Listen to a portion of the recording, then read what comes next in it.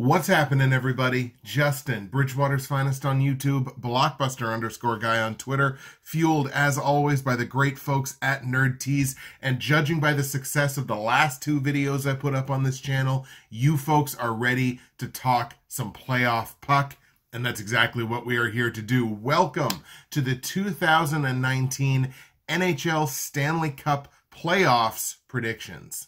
Oh God, playoff hockey starts tomorrow. Playoff hockey starts tomorrow, huh? It's the best time of year. So I'm going to waste none of your time. We are going to get started right away. We're going to kick things off in the Eastern Conference, where your Atlantic Division champion, Eastern Conference champion, and President's Trophy winning Tampa Bay Lightning, off of an absolutely incredible season, one that we have not seen in a long time. They get to play host to the Columbus Blue Jackets, who worked their way into the playoffs come Game 81. Season series was utterly dominated by the favorite Tampa Bay, 3-0 in their three straight-up matchups, outscoring Columbus 17-3. Naturally, Nikita Kucherov led the way for the Tampa Bay Lightning this season, one of the great individual single seasons that we have ever seen, certainly in the modern era. Kucherov, 41 goals, 87 assists, 128 points. Artemi Panarin led the way in scoring for the Blue Jackets this season, 28 goals to go along with 59 helpers, 87 points. Nothing to sneeze at, kind of tough to compare him to Kucherov. Tampa Bay obviously has a wide margin here in goal differential per game. You're talking about the best team in the league versus a team that just snuck in late in the season. Tampa Bay plus 1.19 goals per game versus what they allow. That's a pretty steep difference in the goal differential. Columbus was on the happy side of par here. It's about 0.3 of a goal difference, but holy cow, almost 1.2 versus 0.3. Surprisingly enough, however, the shot differential, that actually goes in Columbus's favor. Columbus generating a little over 2 extra shots per game than did Tampa Bay this season. Tampa Bay actually got outshot on the season. Now, part of that is they'd get out to big leads and then lean back and defend. So naturally, you're going to get outshot. But in general, this should equate to about 2 extra shots per game for the Columbus Blue Jackets. This arguably the most interesting special teams matchup of the first round. Tampa Bay, the #1 power play in the NHL this season. Columbus, the #1 penalty kill, also tied with Tampa Bay. These are two 85% penalty kills on the season. Tampa Bay obviously with an incredible, they're 28.2% on the power play this season. Like, that's almost 1 in 3. That's unbelievable how good that power play was this season. And for as good as their power play was, it's as bad as Columbus's power play was. Columbus, the number 28 power play in the NHL this season, only 15.4%.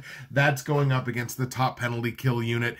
Don't expect a lot of power play goals coming from the Blue Jackets in this series.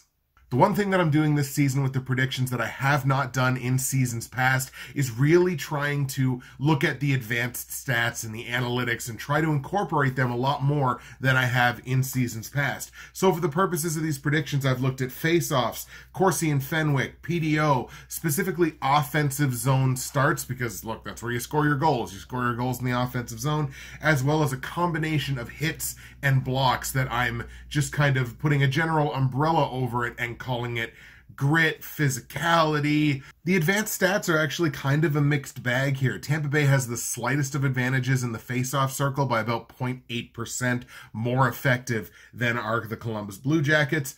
Columbus, however, in the possession numbers, their Corsi is about 0.6%, Fenwick about 1.3%. So in terms of the possession numbers, you got to give a little bit of an edge to the underdog Blue Jackets. PDO would be the biggest advanced stats edge in this series. Tampa Bay with the largest PDO difference between them and their opponent of any first-round playoff matchup. It's 3.5%. PDO, of course, is the stat that in general is used to describe luck. It's your shooting percentage plus your save percentage in all situations. So Tampa Bay with a big edge in the PDO market. Columbus has been significantly better this season at starting faceoffs in their offensive zone. It's about an extra 2% to Tampa Bay, which I guess definitely offsets the difference in the faceoff dot. Columbus doing a better job of starting in their zone to attack and possibly put goals on the board. In terms of hits and blocks, again, physicality, grit, whatever you want to call it, huge edge to the Tampa Bay Lightning. Tampa Bay generated 15.1% more hits and blocks throughout this season than did the Columbus Blue Jackets. So that grit, that physicality, that kind of thing that you might use to describe what an underdog team might need to beat a heavy favorite is unfortunately in the favor of the heavy favorite. And before I give the prediction, a couple of, I guess, X factors or questions that I would need answers to during the series. I tried to have one for each team. They're very brief, but again, they're just questions I'm going to pose, and we'll see how they work out. Are the Columbus Blue Jackets capable of surviving playoff Bobrovsky? And unfortunately, Bobrovsky is their goaltender in this analogy. Bobrovsky has a sub 900 save percentage for his career in the playoffs. I think he's something like 5-19 or something in 24 games or something like that. He's lost far more than he's won. Goals against average, I believe, was up over 3.5. Has not been a good goaltender come the postseason. And with how all in Columbus went at the trade deadline and before to make the playoffs and try to do some damage, they've got a goaltender back there that has not been good this time of year. So are they capable of surviving playoff Bobrovsky? Or maybe playoff Bobrovsky doesn't show up this time. Basically, everything leans in the Lightning's favor in this series, but I do have to question whether they could get caught in what's called a PDO bender, or at least what I'm calling a PDO bender. With that huge of a gap in the PDO game between Tampa Bay and Columbus, I worry about that because PDO is like stock investing, and eventually it does have this way of kind of market correcting and kind of leveling out. And it's a little bit tougher for me to go all in on the teams that are really heavy on the PDO or have a big, PDO difference. Lightning, Blue Jackets, official prediction. I'm going to go with the Tampa Bay Lightning here. I'm going to go with Tampa Bay in 5 games. I do think Columbus is good enough in the possession game and good enough in certain areas to take a game off of Tampa Bay, especially the shot differential there. If they're generating 2 to 3 extra shots per game, I think eventually they will break through and figure out a way to win a game. I think that's about it. I think that's where their ceiling is in this series. We're going to go Tampa Bay, and I'm going to take Tampa Bay in 5. The other Atlantic Division matchup sees a rematch from last year, the Boston Bruins as the number 2 seed, playing host to the number 3 seed, Toronto Maple Leafs, our first Canadian team. Season series here was much the same as it was in the playoffs. Boston won 3 of the 4 head-to-head matchups this season, outscoring Toronto 16-10. Nova Scotia's own Brad Marchand leading the way in scoring for the Bruins this season. 36 goals, 64 assists, and even 100 points. And for what has to be, at least the second season in a row, if not third, Mitch Marner, the leading scorer for the Toronto Maple Leafs. 26 goals, 68 helpers, 94 points, spending a lot of the season playing with Tavares. Boston has the edge here in terms of team goals per game, but it's not a huge edge. They're up about a half goal a game versus what they give up, and Toronto's up almost a half goal a game. It's 0.54 to 0.45. So yes, it's an edge, but it's not a huge one. Shot differential, another edge that leans in the favor of the Boston Bruins. Boston generating over 3 shots per game more than they allowed on the season. Toronto was basically even money. They're about +3 in the shot differential. So over the course of 3 games, they're generating 1 extra shot than they're allowing. A pair of nuclear weapon power plays, obviously, in this series. Both Boston and Toronto sit with top 10 power plays in the NHL this year. Boston's top 5. They're the number 3 power play in the NHL this season, 25.9%. Now, the flip side of that is neither one of these teams were particularly great at killing penalties this year. Boston, that's kind of been a stalwart for them over the last few seasons. They kind of came back down to earth this year. Actually, they both have identical penalty kill percentages, 79.9%. It was good for 16th in the league, pretty well dead middle of the pack. So the power play, I think, could be just as big a determinant as anything else as to who wins this series. Whichever team can force the other team to take more penalties, obviously are going to be in the driver's seat. Toronto, by the way, they're number 8 ranked power play, 21.8% on the season, and they've got some horses on that power play. The advanced stats, like the last series, kind of a bit of a mixed bag. Toronto owns a pretty significant edge at the faceoff dot, which, I mean, makes sense when you have two number 1 centers. Toronto plus 2.3% in the faceoff dot to what Boston had this season. Boston's got good centers as well, especially good centers at the dot, but this is a big advantage for Toronto. The more faceoffs you win, people talk about it being overrated. You win a faceoff, you're in control. The possession numbers do lean in the edge of the Boston Bruins, the favorite Bruins, I suppose you'd have to say, in this series. Boston plus 0.8% on the Corsi scale to Toronto, plus 2.1% on the Fenwick scale to Toronto. So depending on which one of those two you put more stock into, either way, Boston's got the edge statistically in the possession game. PDO or luck is pretty much a wash in this series. Toronto does have a 0.4% edge in terms of shooting percentage plus save percentage, but as we saw in this series last year, save percentage, and that's not just for Toronto, that's for both of them. Neither goaltender played well in this series last year, and neither goaltenders played particularly well down the stretch.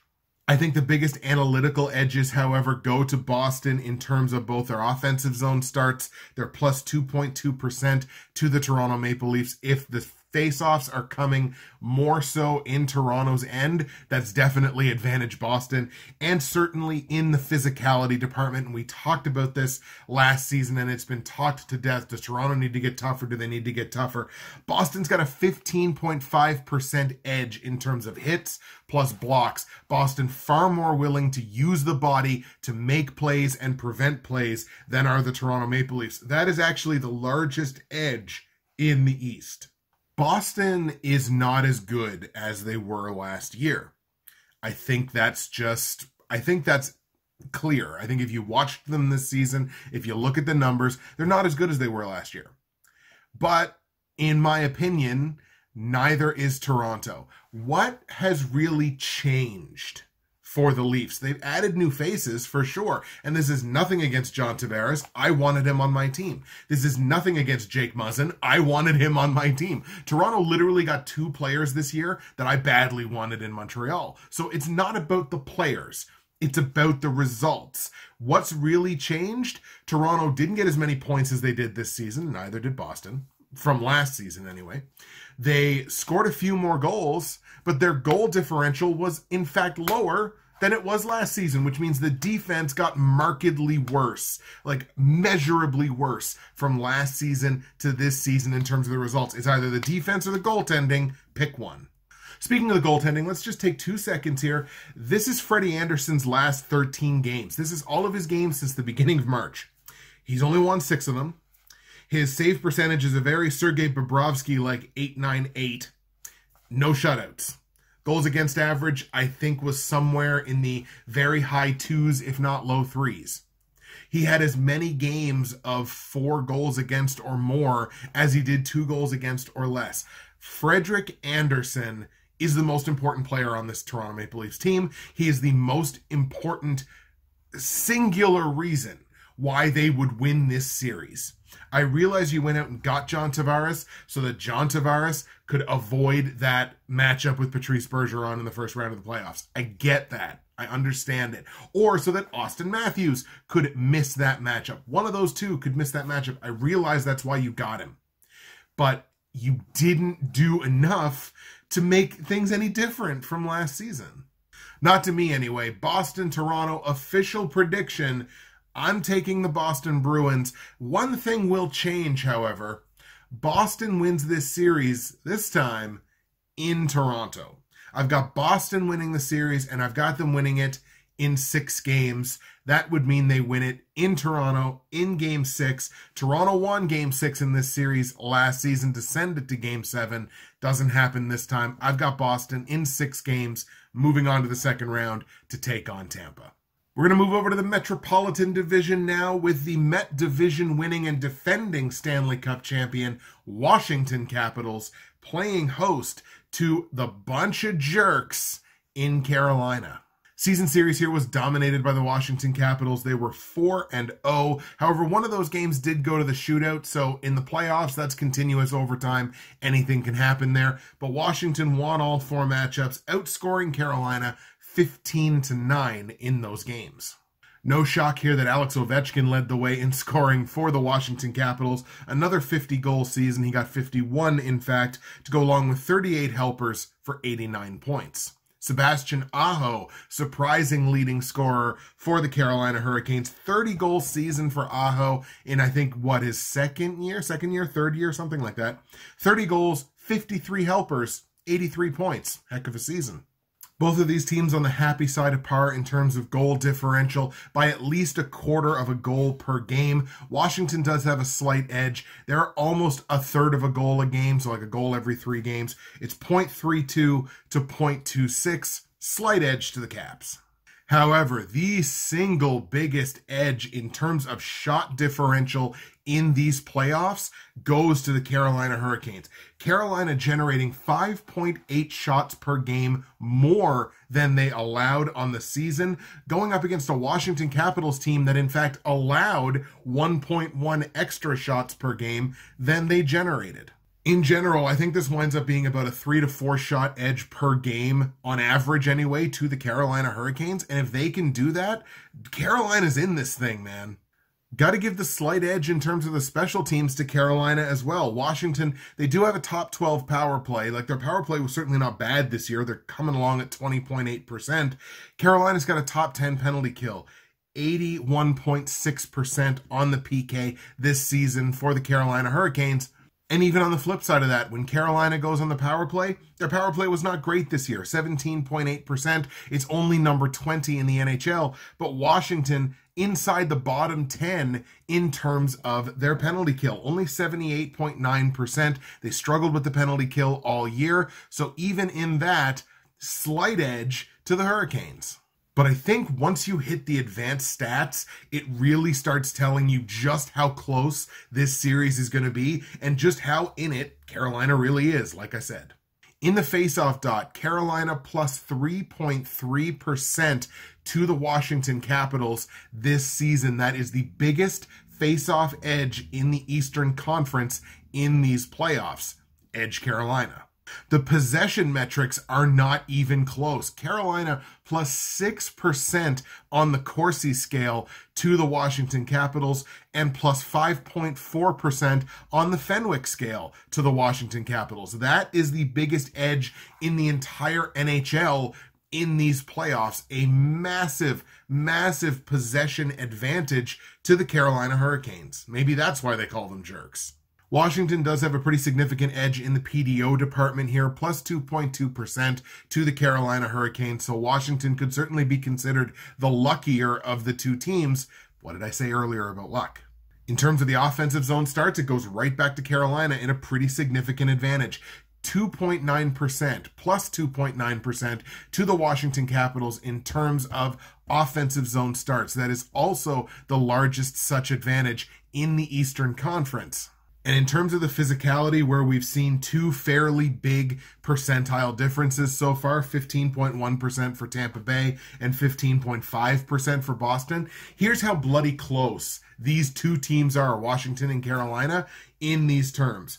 If you combine hits and blocks, Washington had 3,119 such plays between hits and blocks. The Carolina Hurricanes had 3,117. So the gap is literally 2, a hit and a block, or 2 blocks, or 2 hits, or that's the difference. As I've hopefully done a decent job of explaining here, the Hurricanes are what you would call an analytical darling. For the people that love the advanced stats, who sit there and drool over the advanced stats, the Carolina Hurricanes are their team, man. They got the jersey, they got the posters, they got everything, because Carolina is that team. Calvin DeHaan is one of those guys that really drives that bus. And he's probably not going to play in this series, or he's certainly not going to play at the beginning of it. My question is, does that cripple the Hurricanes? Because when you look at the other side, you've got a very quote-unquote sexy Washington team. They got two incredible scoring lines. It's about goals, man. Goals, assists, and points. And they've got two lines that are incredibly dangerous in these terms. So if Carolina can't be that analytical darling, do they have any hope against a nuclear weapon team like the Washington Capitals? Official prediction: I kind of like the upset. I'm not going to lie. Even with the Calvin DeHaan injury, I don't know whether he'll be coming back in this series or not. If he does, obviously that'll be a huge boost just because of what he does. And the fact that Calvin DeHaan not being there pushes Hayden Fleury into a role that I think is just too big for him. Even though he's on the third pair, he can get limited minutes with, I think, Trevor Van Riemsdyk. I think this is one of the best, if not the best, defense core in the Eastern Conference, right up there with Tampa Bay, at least in terms of the analytics and in terms of the, the advanced numbers. I think this D-core is as good as anybody. Without him, you've got, the real weakness there, which is, no disrespect, the real weakness is Hayden Fleury. But the sooner they get Calvin DeHaan back, the better. I actually kind of like Carolina in this series. I'm going to take the Hurricanes. It would be a first-round playoff exit for Washington, which would be obviously a huge disappointment, coming right off of winning a Stanley Cup. But that's the way I'm going, man. Carolina in 6 games, which means they would win it on home ice in Game 6. That's what I like, and that's what I think is going to happen. Carolina wins this series in 6. And our final matchup in the Eastern Conference and the end of this video before we go on to the next video where we'll do the West. The Eastern Conference sees the number 2 and the number 3 teams in the Metropolitan Division do battle. The New York Islanders, who I don't think anybody expected to be in this position, certainly post Tavares, playing host in this series, in fact, to the Pittsburgh Penguins. Season series here was about as tight as you could possibly ask a season series to be. It was 2 games apiece. 2 of those games went to a shootout in which absolutely anything could happen. And the scoring was by the slightest of margins without being tied, 12-11 in favor of the Pens. Matthew Barzal leading the way in scoring for the New York Islanders. Only 18 goals and 44 helpers for 62 points. So you got to look at that team like, obviously, that is a team that survives based on scoring balance, not necessarily the high-end guys. Only naturally Sidney Crosby leading the way in scoring for Pittsburgh. 35 goals, 65 helpers. Crosby tops 100 points, and it feels like all is right with the world. Goal differential, it's basically a wash. Pittsburgh and the Islanders both average about plus 0.4 goals scored versus goals allowed per game. So basically a wash, but what is not a wash is the shot differential. Pittsburgh was pretty well even Steven on the season. I think they might have had like 1 extra shot or something crazy like that. But the Islanders allow 2.1 extra shots per game than they generate. So it's probably looking at like a 1 to 2 shot differential per game in the favor of the Pittsburgh Penguins. And I think this is a team that you don't want to give any edge to if you can at all help it. That's an edge. While neither one of these teams were sparkling on special teams in terms of killing their own penalties, 79.7% for Pittsburgh and 79.9% for the Islanders. That ranks 19th and 18th respectively in the league. One of these power plays is nuclear, and one of them very much is not. The Islanders, an abysmal 14.5% on the power play this season. That is 29th in the NHL. And on the flip side of that, Pittsburgh, top 5, 24.6% for exactly number 5 in the NHL. One of the biggest determinants in this series will be the Islanders being disciplined and not taking penalties. Because you take a penalty, man, Pittsburgh is going to make you pay for it. Most of the advanced stats in this series also lean in Pittsburgh's direction. 3.2% edge in the face-off dot versus the New York Islanders, plus 3.2%, I should say. The possession numbers, It's plus 2.1% for Pittsburgh on the Corsi scale, plus 1.7% for Pittsburgh on the Fenwick scale. So either way you slice it, Pittsburgh's got the possession advantage and the face-off advantage. PDO, it's close, slight edge to the Islanders, 0.7% in terms of luck. So look, I mean, I would say some people would say that they're lucky to be here, but they do have the PDO edge in the series. That's where the advanced stats edge ends. I don't know what else to tell you. Pittsburgh plus 1% on the offensive zone starts versus the Islanders. So you're talking about more offensive zone starts, more possession, better face-offs. It's going to be a real uphill climb here for the Islanders, especially given that the hit and blocks, again, the physicality aspect that I wanted to look at, that's also in the Penguins' favor, plus 8%. They generated 8% more hits and blocks than did the Islanders. And this is the only question I have here. The Islanders have played all season with a chip on their shoulder. And if you look at Islanders Twitter, which is maybe not a great thing to do for any team, but if you look at Islanders Twitter, they do a great job of manufacturing it. Like, it was easy with Tavares, but I see a lot of Islanders Twitter chirping Calvin DeHaan. So they're already playing ahead there. They're already trying to create that chip on the shoulder, everyone against us, which I guess is what you have to do. But I mean, the Penguins don't have to do that because the Penguins have won. I don't think there's a chip on the shoulder big enough for the Islanders to overcome a Penguins team that for the first time this season looks like they're actually healthy. Brian Dumoulin's going to come back into the lineup. I don't think there's a chip on the shoulder big enough for the Islanders to overcome that, even with home ice advantage in the series. Official prediction for Islanders Pens, I got to go Pittsburgh. And I think I'm going to go Pittsburgh in 6. So just, they're going to win it on home ice because they don't have home ice advantage. I like them to win this series in Game 6 in Pittsburgh. Let's take the Penguins to move on to round 2. There you go, folks. There's the Eastern Conference predictions in the first round. We'll go over them here with you one more time. Atlantic Division number 1 versus the number 2 East wildcard. I've got Tampa Bay over Columbus in 5 games. The Atlantic Division matchup, Boston versus Toronto. I've got the Bruins in 6 on Toronto's home ice to move on to the second round. Metropolitan Division champions versus the top wildcard team in the East, Washington versus Carolina. I've got the underdog Hurricanes winning this series in 6 games on home ice. Analytics, don't fail me now. I got Carolina winning that series. And in the Isles Penguin series, Metropolitan Division 2 versus 3, I've got the underdog, if you want to call them that, Pittsburgh Penguins knocking off the New York Islanders, who I kind of felt were, ripe to be knocked off this time of year. There's the Eastern Conference picks, folks. Thank you very much for watching, and flip on over to the next video where we're going to do the same thing and talk about the West. See you in a minute.